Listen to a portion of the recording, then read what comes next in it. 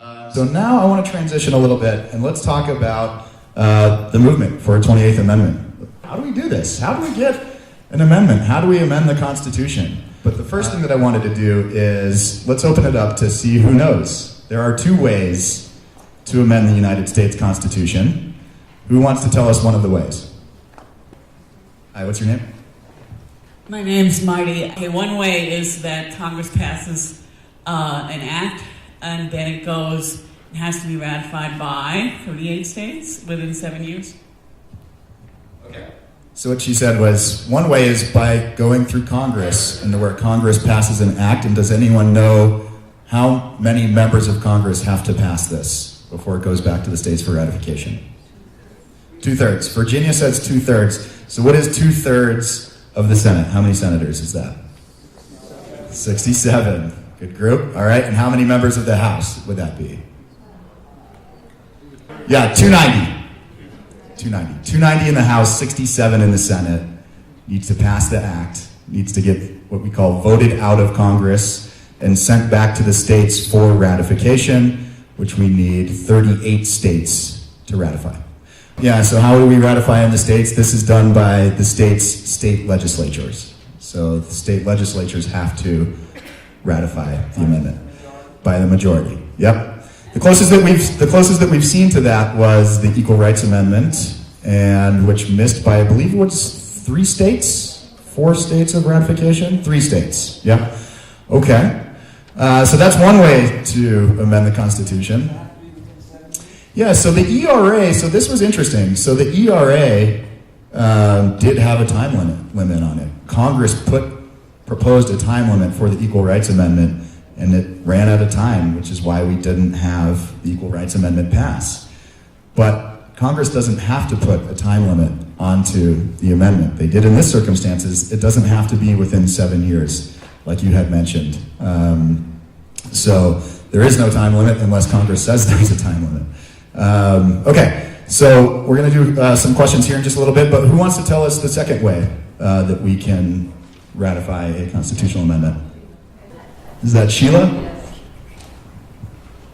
My activism recently has educated me a lot, and Article 5 of our current convention is what tells us these 2 different ways, and one of them is to have an actual Article 5, and sometimes referred to as a constitutional convention.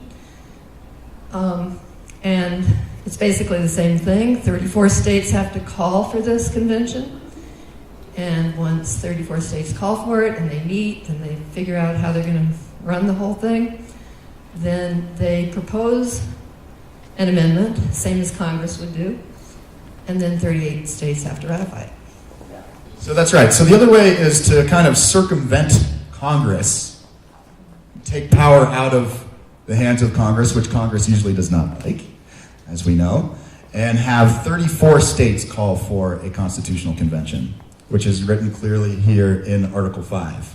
I'm going to leave that up for you guys to read, but I'm not going to read every word of it. So, but that's basically right? So Article 5 allows for what's called the Convention of States, or a constitutional convention, or an amendment convention is what most people call it, an amendment convention. So in all of our 27 amendments that we've passed in this country, none have come through the Constitutional Convention. You're right. The first 10 did at our first Constitutional Convention in 1789. You're right. So of the 17 that we've passed since then, none have come through the convention process. However, the convention process has forced Congress to act with the threat of a convention. Now, there is a significant debate around the call for the convention, right? And there are very smart people on both sides of this debate that discuss whether or not this is a good idea. And one of the reasons that opponents of this idea of calling for a constitutional convention says that there's really nothing in Article 5 of the Constitution that would limit what's called a open convention or a runaway convention, into where the states convene, and the next thing you know, all amendments are up for debate, right? Now, there's a lot of folks that don't see it that way, right? I see this gentleman back here shaking his head. There are very brilliant scholars on one side of the debate, right? And so, first of all, a lot of the opposition comes from very progressive groups, right? Groups like Common Cause, People for the American Way, Public Citizen, et cetera, very progressive groups that are worried about the threat of an open convention where some of our liberties might be up for debate, which I think is a real concern, regardless of whether or not we think that that's a possibility. I think that that's a concern, and I think that their concerns should be taken into account when hearing about this debate. Now, the other side of this is there are groups like Wolfpack, which is a phenomenal group, and many local groups that are really pushing for this Article 5 convention call in the states and are making tremendous progress. American Promise has a great relationship with Wolfpack. I was actually on the phone with Allison Hartson and Mike Mineta a couple days ago talking about how we can collaborate in the states. But basically the argument here is that Congress won't act without this call for the convention. There's no way that we get 67 in the Senate and 290 in the House to vote for this without the threat of the convention, as we saw with the 17th Amendment and the direct election of senators. It happened with the 17th Amendment, right? Oftentimes we forget that senators used to not be elected. And the 17th Amendment allowed for the direct election of senators, of which Congress didn't really want to happen, but with the force and the threat of a constitutional convention, they said, oh shucks, we should probably send this back to the states for ratification. Now we have the direct election of senators, okay? So a lot of folks believe that there is this mechanism within the convention call which forces Congress to act that they would not otherwise do without the convention call. Again, there are debates on both sides, and many local groups, like one in Massachusetts called We the People Massachusetts, which is a local group that's kind of spawned out of Wolfpack, actually has within their bill legislation and a law that would require it to not be a runaway convention. So we can impose legislation onto the call for the convention that would basically mitigate that concern that it would be a call for a convention. Now, Bruce had mentioned that there are a number of folks that represent Wolfpack here in the House, is that right? So if I'm missing anything on this, I would love to hear from you. Adamant about this, share us your thoughts and experiences. My name is Ivan, I'm associated with Wolfpack. I was sitting with UNM, and there's just a lot of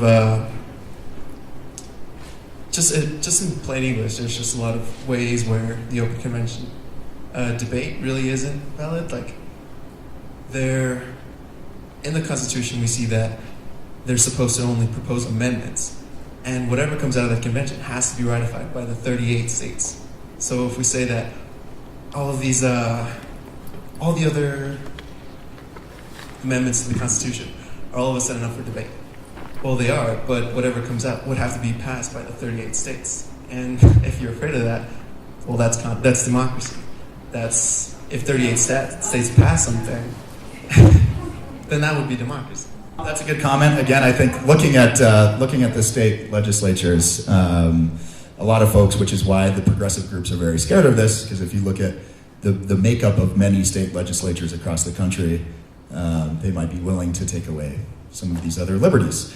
And just to be clear with folks, American Promise, the organization that I've worked for, is supporting all efforts to pass a 28th Amendment that includes the convention call, that does not include this call for a convention. The way that we feel about this is we need to build a movement, right? And we need to be united. One of the reasons for the existence of American Promise is to aggregate and pull all of this together so we can move forward in one movement and we can be united. And that way we build our political power that we need to force Congress to act or to pass or to ask the states to call for a convention. So let's go to a couple more questions. Laura. Hi, I have never heard of Wolfpack, and I wondered if somebody could explain it to me. And is it an acronym for something? And how do you spell it? Great question. So Wolfpack, WOLFPAC, like Political Action Committee.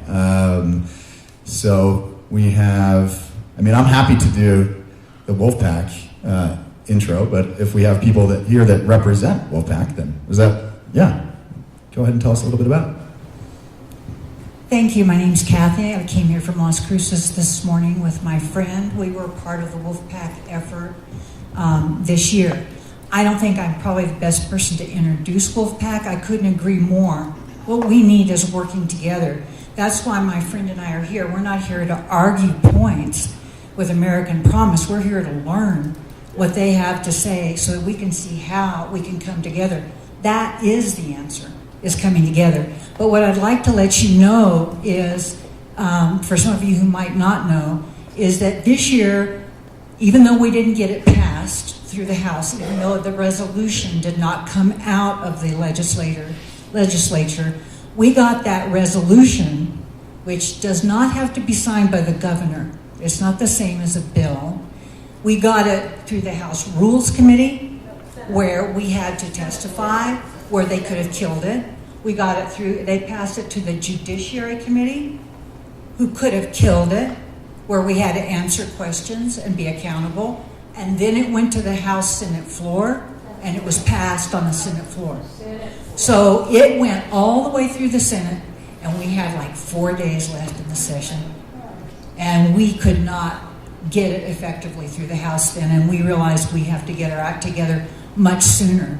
But with these people here, with your honest, sincere interest, whether it's Wolfpack or you put any other name on it, we have to start now, and we have to be serious about it, and we have to come together about it. And that's what we're here for. I wanted you to know what had been accomplished this year. I think it's important. Yeah, thank you. And actually, there's a lot thank you very much for that, and congratulations on that effort. Really, it's remarkable. And there's actually been a lot of progress this year in the states for this type of work. And I believe there has been 5 states or 6 states that have already called for a constitutional convention on this issue. 5, that's right. So there is a lot of movement. There are a lot of state legislatures that have legislation like the one in New Mexico moving through it currently. I believe it's about 18 states that have that call for the convention legislation moving through it. Jeff Clements, who you saw in the video, our founder of American Promise, was just in Maryland testifying for that bill for Get Money Out Maryland. So just a little bit. So Wolfpack, again, Wolfpack. I recommend you look it up online, but it was founded by Cenk Uygur, who was the founder of Young Turks. They've been around quite some time. Again, phenomenal work, phenomenal group doing phenomenal things. Now, there's a lot of organizations out there that are, in fact, pushing for this 28th Amendment. Move to Amend is one of them. Perhaps you've heard of them. They do great work. They started right after the 2010 Citizens United decision. Again, I mentioned Common Cause, Public Citizen, People for the American Way, PIRG, the Public Interest Research Group. A lot of these different groups that are working for a 28th Amendment. And we feel the more groups, the better, right? This is how we've always passed amendments in the past, and how we've always done great organizing through lots and lots of groups doing lots of great work, having these important debates. Now, American Promise, last October, where I first met Bruce and a few others in the room, had a national citizen leadership conference in Washington, D.C. This is the first time that all of these groups and all of the activists from all of these different groups all came together under one roof since 2010 Supreme Court decision in Citizens United, right? And it's important that we all connect with each other and engage with each other and debate with each other and have these important discussions, because that's how we eventually become unified in the movement. And there was some heated debate around this issue, and it's great. And we think that there will continue to be some heated debate around this issue. But we have to have the conversations, is the bottom line, and we have to work together. And I couldn't agree with you more. So